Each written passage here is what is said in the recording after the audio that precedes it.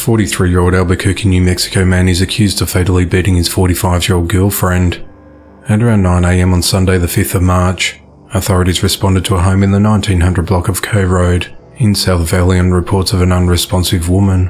When deputies arrived, they found 45-year-old Michaela Novick on the floor dead with a fractured skull. It appeared a struggle had taken place in the living room, with broken glass and household items strewn across the floor. Investigators also located a single spent bullet casing near her body. Michaela's boyfriend, Jarrett Attle, had a scratch and bruising above his left eye and bruising on both of his knuckles. He reportedly told deputies that he drank with Michaela during the night, breaking 6 years of sobriety.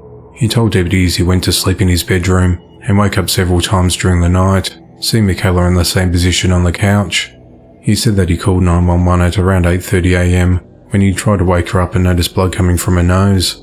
When asked about his injuries, Jarrett said he could not recall how he got them and that he fell a lot.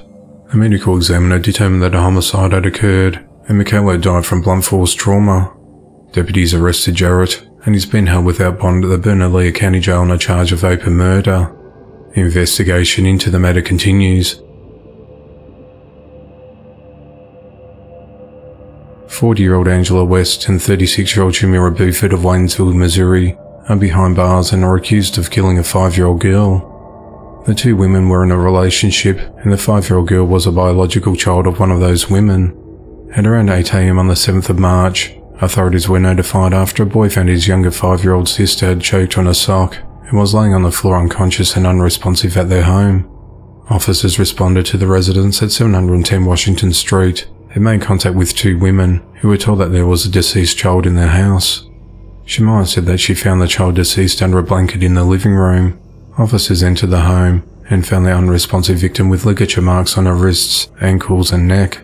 A blood-covered sock was found nearby, along with 3 lengths of rope. The Pulaski County coroner pronounced the girl dead at 8:50 a.m. A reporting child told police that his stepmother woke him up and he noticed that his younger sister was tied to a futon. The child said that she would steal food in the middle of the night, so Angela and Shamira would tie the child up as punishment. One of the children told police that Angela had a bad back and would ask the kids for help to tie the girl to the futon. During an interview, Shamira told officers that the child continued to steal food, and they tried numerous things to get her to stop. Angela and Shamira allegedly duct taped the child's wrists and ankles and began hog-tying the child. To keep her quiet, they reportedly placed a sock in her mouth. Angela and Shamira were arrested and charged with felony murder, first-degree involuntary manslaughter, endangering welfare and abuse of a child. They remain held at the Pulaski County Jail without bond. The investigation into the matter continues. 36-year-old Amon Mandrell Jones is behind bars and is accused of fatally shooting co-worker 25-year-old Kelvin Richard Lester Jr. On the morning of Tuesday the 7th of March, Kelvin's unresponsive body was found in the parking lot of Fat Jr.'s Grill at 4900 Womack Road in Sanford, North Carolina. Kelvin had a single gunshot wound and was pronounced dead at the scene.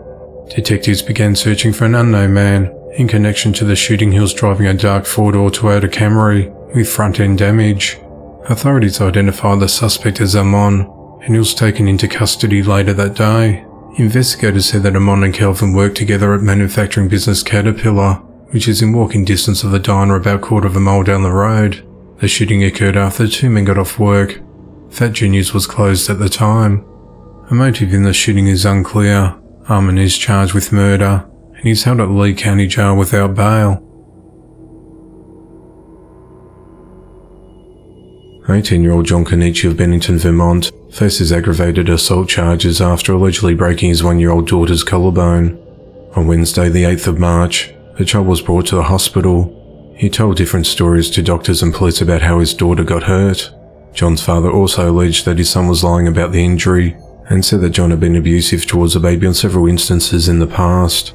John later admitted to Vermont State Police troopers that his daughter was crying incessantly on his lap. He said the child's mother left the room. He squeezed her inward from both sides of her body and heard a pop sound, causing a broken clavicle.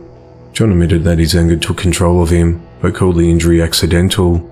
He pleaded not guilty in the Bennington court on Thursday and was released on conditions that he stays at his father's house, not see his child or the child's mother, and cannot be with any other children under 16 without adult supervision.